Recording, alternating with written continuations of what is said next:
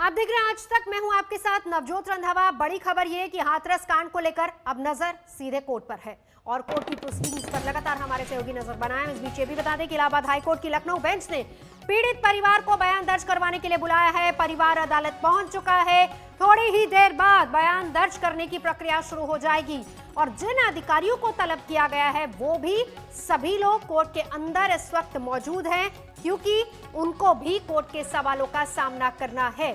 तो एक तरफ पीड़ित परिवार अपनी आप बीती बताएगा, वहीं कोर्ट सवाल पूछेगा उन तमाम अधिकारियों से, क्योंकि इस पूरे मामले को लेकर पुलिस की भूमिका पर भी सवाल उठे थे। और सबसे बड़ी बात यह है कि परिवार लगातार इस बात को दोहराता रहा है कि वो सुरक्षित महसूस नहीं करते हैं। कुमार अभिषेक हमारे साथ लगातार इस वक्त जुड़े हुए हैं। कुमार अभिषेक, आप कोर्ट के बाहर ही मौजूद हैं, क्या खबर अंदर से मिल पा रही है अभी?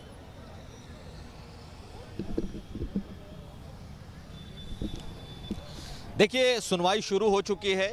जो 2 जजों की बेंच इस मामले की सुनवाई कर रही है, उस कोर्ट रूम में जो पीड़िता का परिवार है वो और साथ साथ जो 5 अधिकारी तलब किए गए हैं, जिसमें डीजीपी, होम सेक्रेटरी, साथ साथ ADG law and order, DM और तत्कालीन एसपी, इनके अलावा 5 लोग परिवार के हैं जो कि उस कोर्ट रूम में मौजूद हैं। किसी को इजाज़त नहीं है सिवाय सरकार की तरफ से जो वकील हैं या परिवार की तरफ से जो वकील है, उसके अलावा पूरा का पूरा कॉरिडोर इस वक्त खाली है और इस वक्त सुनवाई उस कोर्ट रूम में चल रही है। हमारी जानकारी के मुताबिक पहले पीड़िता का जो परिवार है वो अपने बयान दर्ज कराएगा। कोर्ट अगर उस मामले में कुछ प्रशासन से पूछना चाहता है, सरकार से पूछना चाहता है, तो सरकार की उन परिवार के बाद सरकार की सुनेगा और उसके बाद फिर जितने अधिकारी बुलाए गए हैं उनसे पूरे मामले की जानकारी ली जाएगी। इस वक्त ये तमाम प्रक्रिया इस वक्त कोर्ट के भीतर चल रही है। किसी दूसरे को अलाउड नहीं है, ना तो ज़्यादातर कोई वकील उसके भीतर जा सकता है, ना ही किसी और को इजाज़त है। बेहद कह सकते हैं भीतर भी जो सुनवाई चल रही है कोर्ट रूम के भीतर भी बहुत ही कम लोग, बहुत ही लिमिटेड लोग इस वक्त मौजूद हैं। 3 बजे तक का ये वक्त है, यानी कि 3 बजे तक दोनों पक्षों को जो अदालत है वो सुन लेगी और उसके बाद अपना इंस्ट्रक्शंस उसके बाद ही वह पता चल पाएगा। इसलिए इस वक्त कोर्ट के भीतर से जितनी भी चीज़ें निकल करके सामने आनी है, इसके लिए हमें थोड़ा सा इंतज़ार करना पड़ेगा। लेकिन इस समय परिवार को सुना जा रहा है, ऐसा हमारे सूत्र बता रहे हैं कि इस वक्त परिवार अपने बारे में जो उनके साथ घटना घटी, ये तमाम बातें अदालत को वो ब्रीफ कर रहे हैं। अब देखना है कि इसके बाद जो प्रशासन है वो क्या कहता है, सरकार की तरफ से क्या कहा जाता है। लेकिन 3 बजे के बाद जब लोग निकल करके बाहर आएंगे तब पूरी बात सामने आएगी। नवजोत, बिल्कुल। कुमार अभिषेक, देखिए एक और बड़ी बात भी है, क्योंकि जिस बात को लेकर परिवार लगातार परिवार को आशंकाएं थी वो थी सुरक्षा। 2 चीजें, पहली बात न्याय, क्योंकि जिसकी मांग वो कर रहा है, और दूसरी बात सुरक्षा।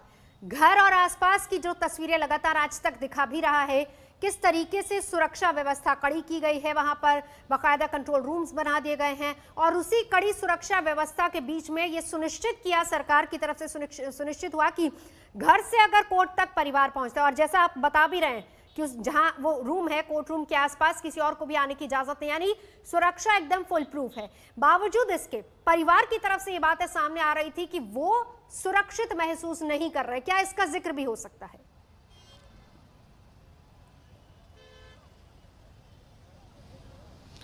बिल्कुल, परिवार इस बात का जिक्र कर सकता है कि वो हाथरस में अपने गांव में सुरक्षित नहीं है और परिवार की तरफ से ये बातें कई बार बताई गईं।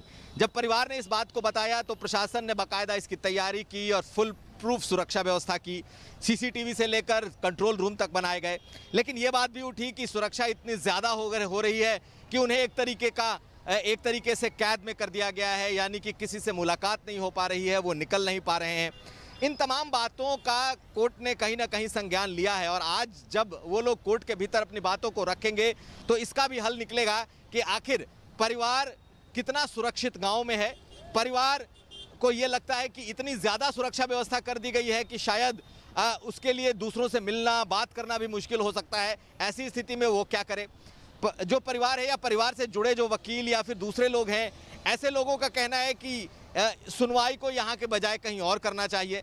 तो कुछ बातें जो परिवार है वो कोर्ट के सामने सीधे रखेगा, क्योंकि नवजोत आप याद होगा, आपको मालूम होगा कि कोर्ट ने, अदालत ने स्वतः संज्ञान लिया है, सुओ मोटो लिया है जिस दिन उसका पीड़िता का शव जलाया गया था। और जब ये बात मीडिया में निकल करके आई उसके बाद किसी ने कोर्ट का दरवाजा नहीं खटखटाया था, जी। ना तो पीड़ित परिवार ने खटखटाया था, ना ही प्रशासन ने कुछ कहा था, लेकिन सिर्फ मीडिया रिपोर्ट्स के आधार पर कोर्ट ने संज्ञान लिया था और आज उसी के बदौलत ये तमाम लोग कोर्ट रूम के भीतर मौजूद हैं। तो सबको अपनी बातें खुलकर रखने का मौका मिल रहा है और साथ साथ प्रशासन से भी कई बातें पूछी जाएंगी, उन्हें भी कई बातों के जवाब देने होंगे। अब देखना यह है कि आखिरकार कोर्ट इस पूरे मामले से कितना संतुष्ट हो पाता है और प्रशासन को किस तरीके के इंस्ट्रक्शंस देता है। नवजोत। कुमार अभिषेक, ये बात तो हुई पीड़ित पक्ष की, परिवार की, क्योंकि पहले उन्हीं की बात को सुना जाएगा और फिर उसके बाद तमाम जो प्रशासनिक अधिकारी या फिर पुलिस के लोग वहां पर मौजूद हैं उनसे सवाल जवाब होंगे। बड़ी बात यहां पर यह भी है कि सही जिक्र किया कि कोर्ट ने स्वतः संज्ञान लिया, परिवार वहां पर पहुंचा, पुलिस प्रशासन की भूमिका को लेकर लगातार सवाल उठे। इस पूरे मामले में क्या सवाल उनसे हो सकते हैं?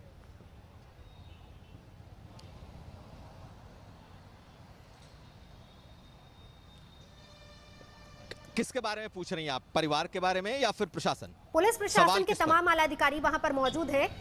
क्या सवाल उनसे कोर्ट कर सकता है, क्योंकि पुलिस की भूमिका को लेकर भी सवाल उठे और खुद योगी सरकार ने सुनिश्चित करने के लिए कि कम से कम परिवार को यह भरोसा दिलाया जाए कि जांच निष्पक्ष होगी, उनकी बात सुनी जाएगी, उनको भरोसा दिलाने के लिए अपनी तरफ से तमाम आला अधिकारी को वहां भेजा था और वही लोग आज कोर्ट में भी मौजूद हैं। कोर्ट क्या सवाल उनसे कर सकता है?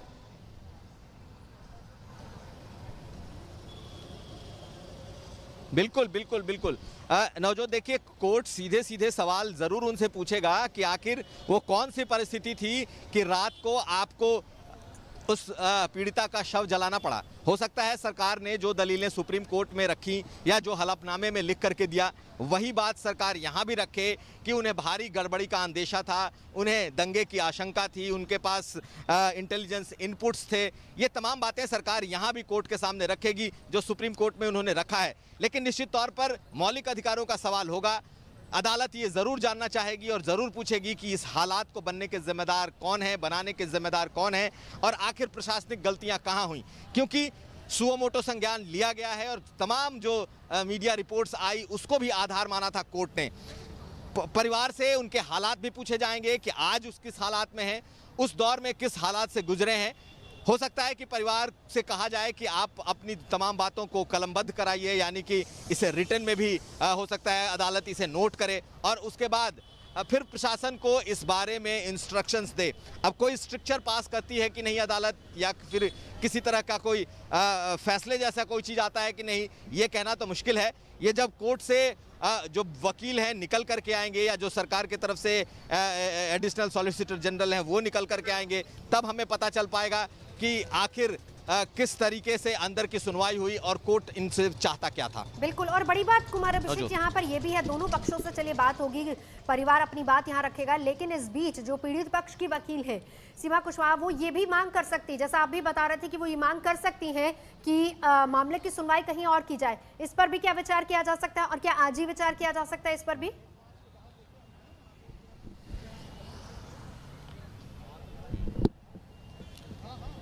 जी बिल्कुल। देखना यह है कि आखिर परिवार क्या मांग करता है, क्योंकि जाने के पहले उन लोगों ने एक बात कही है परिवार ने कि चाहे कोई भी जांच हो वो कोर्ट की निगरानी में हो, और सरकार ने भी कहा है कि सुप्रीम कोर्ट अपनी निगरानी में सीबीआई की जांच कराए।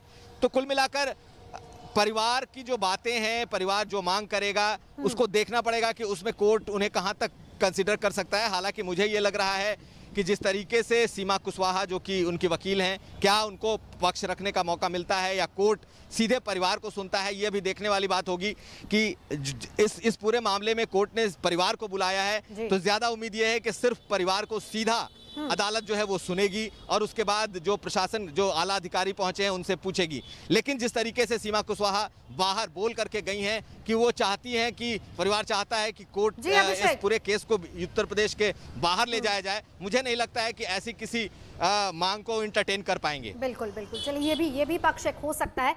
कुमार अभिषेक लगातार हमारे साथ जुड़े हुए हैं, लेकिन इस बीच क्या कह रहा है पीड़ित पक्ष, जरा वो सुनिए।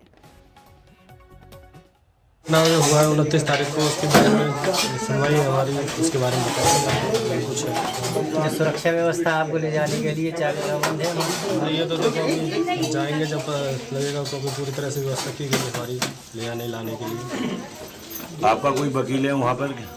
हाँ, वकील हमारे पहुँच चुके हैं, अच्छा, क्या क्या रहेगा आपका, क्या बताना रहेगा वहाँ पर? बताना ये है जो 29 तारीख को हमारी घटना हुई है उसके बारे में पूरी तरह से पूछताछ जो होगी हमारे साथ तो होगी। जिस तरीके से आपकी बहन को पुलिस प्रशासन ने बिना उसके मतलब जला दिया था, बिना दिखाए, क्या उसकी शायद वहाँ रखेंगे, पक्ष रखेंगे? जी हाँ। हो गया था। आज आप सभी लोग, शासन के लोग भी आ गए हैं, लखनऊ जा रहे हो हाईकोर्ट, तो कुछ तैयारी है आप लोगों की? कोर्ट जा रहे हो तो कोर्ट में अपनी बात कैसे रखेंगे? जो भी घटना है उसके बारे में बताएंगे। ठीक है। अच्छा, दूसरा यह है कि लखनऊ आप लोग जा रहे हो, क्या शासन प्रशासन की तरफ से कोई प्रस्ताव है कि सीएम साहब आप लोगों से वहाँ मिलना चाहते हैं? अभी तक नहीं, ऐसा अभी तक कोई वो नहीं, ऐसा कोई प्रस्ताव नहीं है। अगर वहाँ प्रस्ताव कोई ऐसा आता है तो कुछ आप लोगों ने अपना राय विचार बनाया है? राय विचार इसमें कोई बनाने की जो भी घटना वो हकीकत जो भी है बताएंगे हम लोगों को। तो कोर्ट में सुनवाई फिलहाल चल रही है, पीड़ित पक्ष अपनी बात वहां पर रख रहा है, इस पर लगातार नजर हमारी बनी हुई। रुकेंगे एक ब्रेक के लिए, देखते रहिए आज तक। नमस्कार, मैं हूं अंजना ओम कश्यप। हमें उम्मीद है ये वीडियो आपको पसंद आया होगा। लेटेस्ट खबरों के लिए यूं ही देखते रहिए आज तक, और इस वीडियो के पसंद आने पर लाइक, शेयर एंड सब्सक्राइब करना ना भूलें।